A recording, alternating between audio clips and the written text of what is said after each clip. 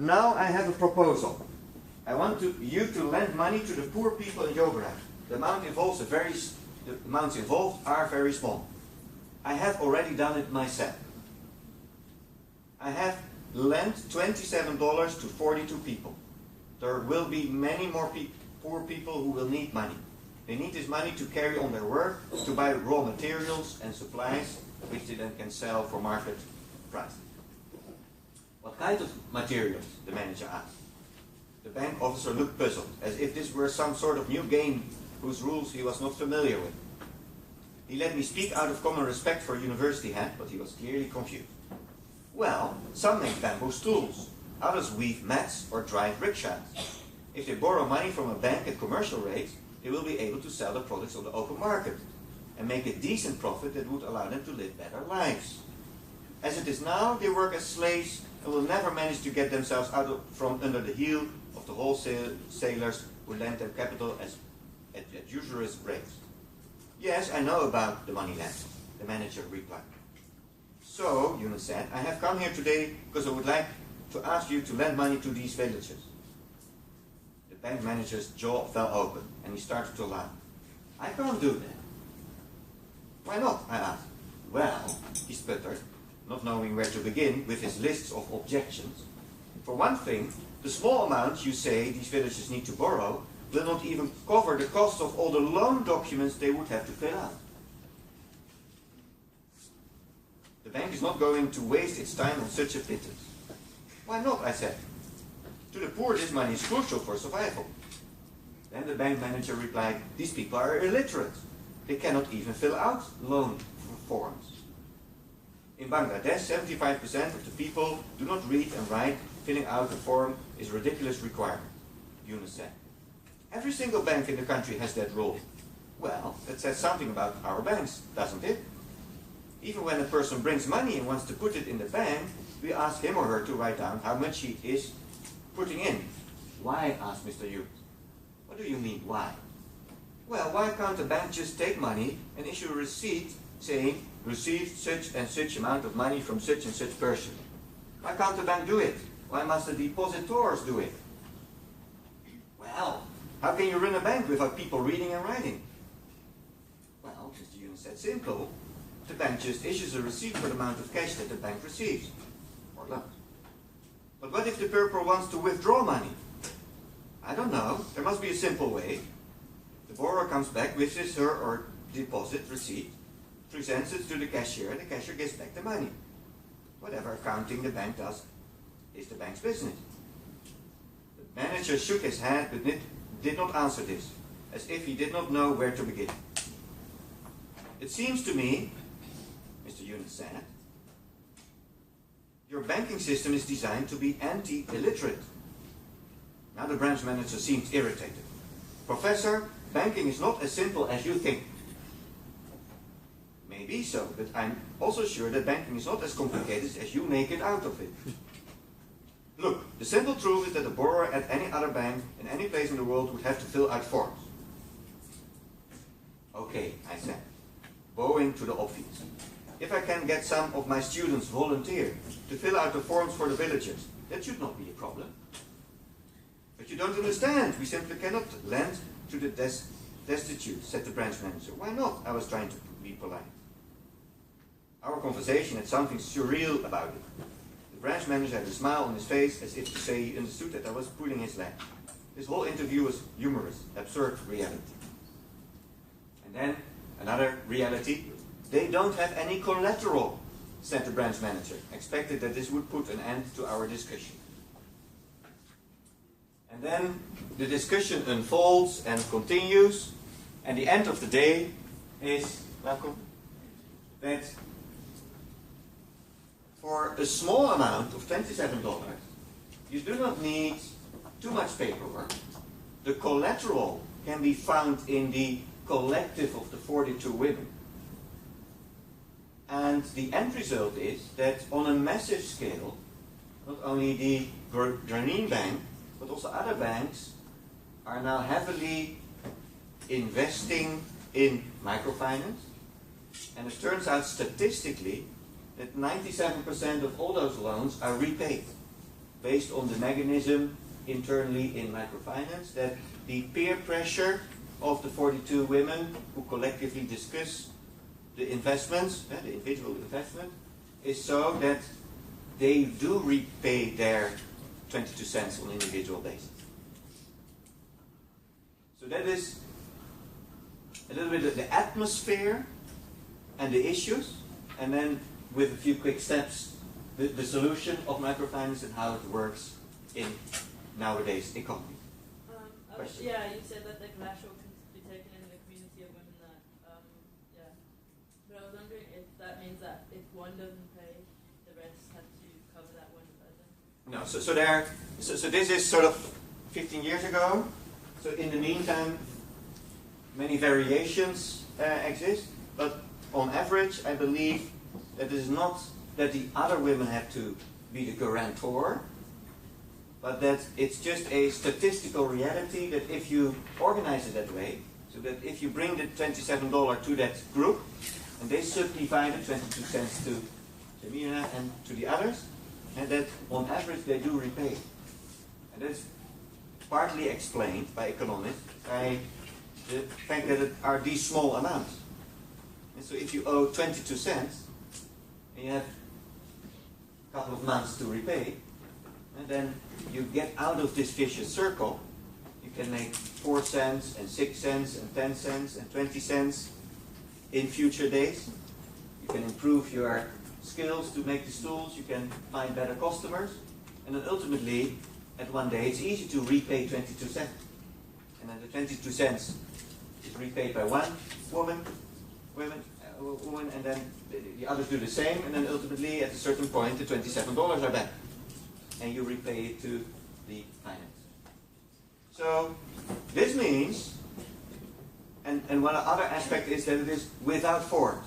So the beauty of this way of financing is that it is without the forms. So it's based on sort of trust mechanism, saving a lot of paperwork and bureaucracy and the like. And it is a quite funny, let's say, outcome in a course for professionals that will make their living with making forms and documents. And that all the material is hundreds of pages of loan documents. And I'm not saying that you can run a hydroelectric dam project in Laos based on trust only. And so there will be enough opportunity to make legal documents.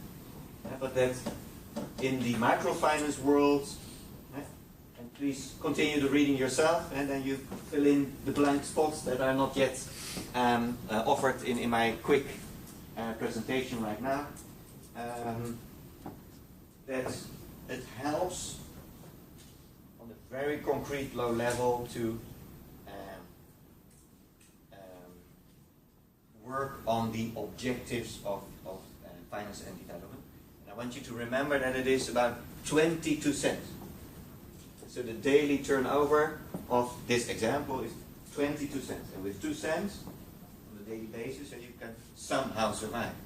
So imagine what you can do if you make 40 cents or $1.25 as is the bare minimum. So that's 125 cents, which is the poverty. Yeah. Yes? We've had like a lot of problems as well with microfinance projects because they charge like quite a high rate of interest. Like on average, they charge like 10% per month. So if you work out the annual interest, it's like 120%, which is like an absurdly high amount of interest on the loan. Well, I think so. There are two critiques on microfinance. One is that maybe it's not the perfect system yet, but compared to those traders, the interests are 1,000 times better. And so it's not that it is without any interest, but compared to the system that it tries to replace, it's 1,000 times better. That's one. The other problem is, and actually Mr. Yunus himself was sort of suspect at a certain time, that like other projects in development, money disappears. Remember the first slide? 42% of all the investments or official development systems are not reported in the books. That also applies to money that is invested by official development assistance in microfinance. And people are people, so also people working in a microfinance bank embezzle money. But that does not take away the essence of the message, and that there is an alternative with a paper and much better conditions than this sort of bonded labor / slavery that is in fact. Wouldn't a good fusion be like state aid applied through like microfinance techniques? Yeah, so I don't know the percentage, but a substantial part of the $110 billion per year official development assistance is nowadays channeled through the technique of microfinance. So microfinance is a technique to make the Monterey recipe work, as Laos projects do. So this is just a way to get it done. I think the problem with the percentage or the rate with the microfinance charge the people collectively or what depends on what the national bank system also says. Because if the national bank system or the rate is high, then obviously though it won't be the same as the bank rate, but still that will go high. So it depends on each country rate system of interest. I think that's what it depends. And what I also found interesting is how, just like you said, they give it to, let's say, a group of people as a collective, and they have a kind of system whereby within themselves they have mechanisms to collect, let's say, daily 2% from each other. So at the end of a month, they know that, okay, we collect it as a group, and we have like, okay, 10 euros to pay for a month. So that is what I also find is very interesting. That's also very good as compared to an individual going to bank to prove your corruption and those kind of stuff, which is also very difficult in most situations. And so what you address is what you had in quarter 5 with, in labor law, to make it a collective affair. And so the 42 women are symbolic that they are making a collective. And together they are stronger than individually. So as an individual borrower, you're tricked by whoever lends you money. Because you're just alone and you depend. And there are other positive effects, because it's empowering, capacity building, you can share knowledge and so forth. So there are all kinds of other spin-offs. Yeah, last question on this one? I was just going to make a rebuttal to what Authorities was mentioning about the anchorage in the state. I think in this particular situation, the issue is that this select group of people in society don't have access to regular bank loans. These are people that probably literally can't read, can't write, don't understand anything about the financial system. The banks cannot bother to loan $10 and then start looking for someone who doesn't have an address. Okay, maybe I can neutralize this discussion. So there are two ways. So part of the official development assistance is invested via microfinance, and there zero interest applies. Because that is formerly known as aid. And the NGOs involved in development assistance are also doing it for no interest. And so part of all the microfinance on the earth is without interest. Full stop. Why repay? So that next group of women can benefit. And so it's not a gift. And so still a loan, but with zero interest. So that is revolving. Then, since it's much more effective from a commercial point of view, because if you borrow money as a commercial bank, you lose 40%. Because entrepreneurs mess up. But women do not mess up. Part of the articles explain why. So they are much better customers. So commercial banks are now having an eye on microfinance. So part of your story is that commercial banks try to make it work for them to earn money. So we do not have to confuse these two aspects as far as I'm concerned. And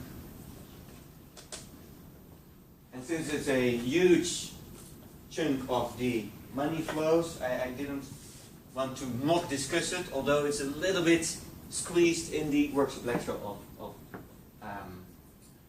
week's time. Allow me to point your attention to the question 1, what is poverty? I already mentioned the normative assessment of poverty as wrong, that we have to do that. The idea is that economies solve development themselves. There's this draw. Then, from a legal perspective, and looking at these phenomena from a lawyer's perspective in a law school setting, sources of law and legal instruments are crucial, both in the parts of my weeks and of Ms. Mosquera.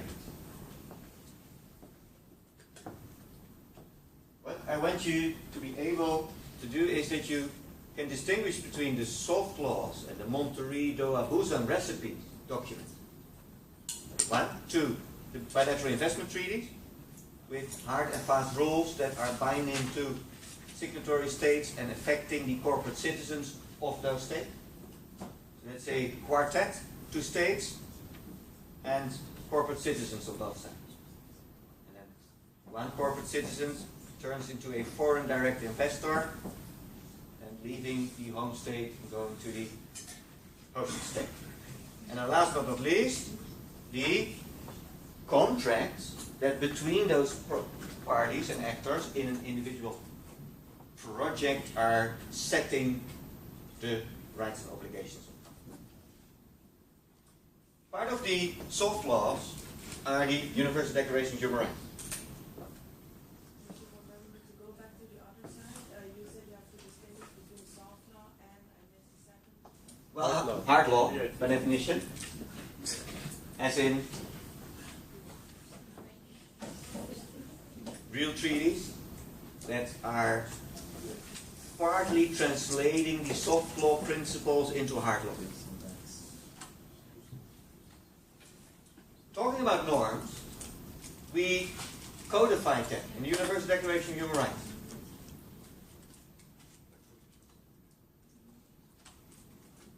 And the recipe, presented to you as an order of hierarchy and priority. Why? Because of this sort of controversial statement maybe, that if people are hungry you should not give them fish but a rod to fish. And that is sort of translated to a priority list. And then those items are defined. So make sure that in your law collection you can find those definitions, because they tell the story about mobilizing the domestic resources for development.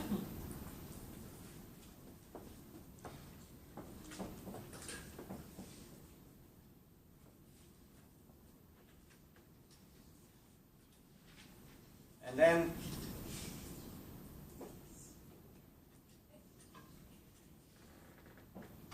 the key word for your profession is that then you have to make an enabling domestic environment coherence and consistent. And that is making the appropriate legal rules and legal systems that the economy works. So that you are entitled to own property. And that it's doable to hire employees because there's labor law to protect employees so they're not running away or staying in their huts because they are having a good work environment and so forth. Secondly, international resources are defined. It's about private international capital flows as the umbrella term. And then private international capital flows are split in a few subcategories. The most important one is foreign direct investment, with a specific definition of it. Others are portfolio investment. So you and I owning shares in a company somewhere. Sometimes we even do not know. Also capital flow, but not direct investment, because it lacks the investment, the long term, the presence of the entrepreneur in the host country.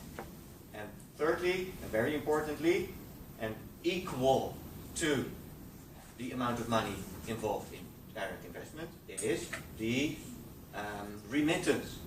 Private individual causing a capital flow across border, sending money home, Western Union. Numbers you have to remember: foreign direct investment, roughly $300 billion a year. Capital flow. Remittance, $300 billion a year. So, all the private individuals, housekeepers, are causing almost or a similar capital flow back home as all the entry.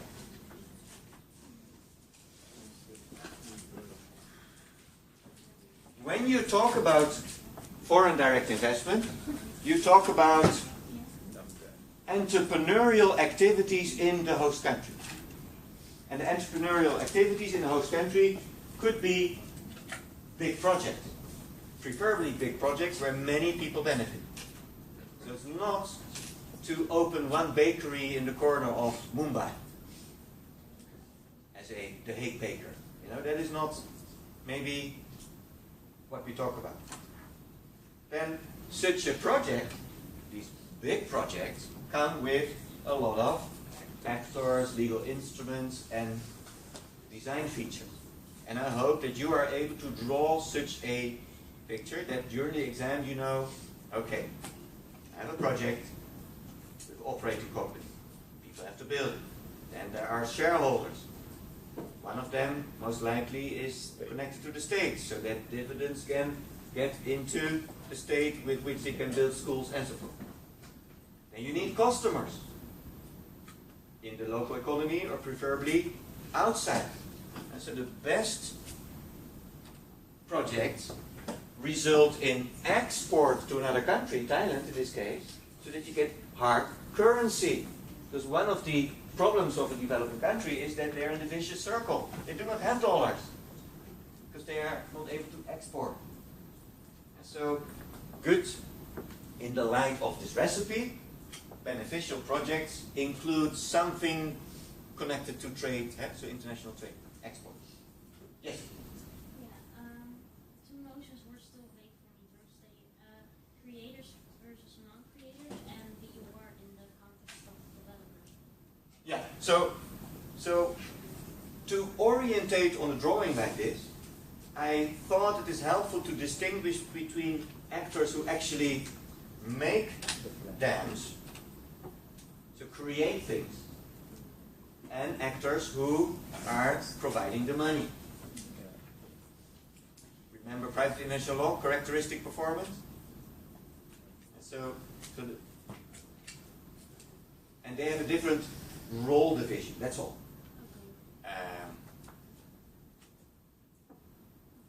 And the award? Award is the word used for a judgment by arbiters.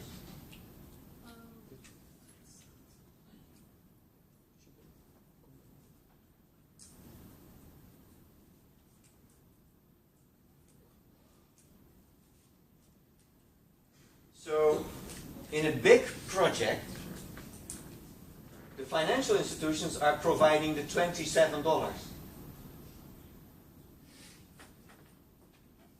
But then with a few more zeros and a little bit more paperwork. But the mechanism is the same. Someone should bring in the money on favorable conditions. So we created the Bretton Woods institutions that are able to provide favorable conditions, as Mr. Yunus was able as a private person to give $27 to a group of 42 women to divide in seconds. The judgment is also known as the award. Yeah? Arbitration is seen as sort of sui generis standalone phenomena, but I urge you to see it as part of the circle of these types of projects. And that the measure stick is what is in the contract, and what is in the contracts is in the soft law objectives, does it help to work on the development? And that is why, let's say, embezzlement, environmental damage, and tax evasion, all kinds of other wrongdoings are then consequently